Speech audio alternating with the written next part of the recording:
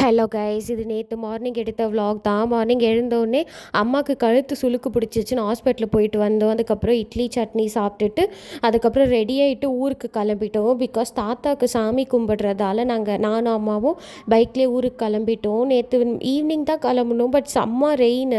3 o'clockலேருந்து rain start ஆகிடுச்சு. என்ன தான் சீக்கிரமாக கிளம்புனாலும் நடுவில் மாட்டிக்கிட்டோம். ஒரு 2-3 இடத்துல நின்று தான் போனோம். ஆனாலும் ரெயின் விடலை. சரி, மைல்டாக இருக்கிறப்போவே கிளம்பிட்டோம்.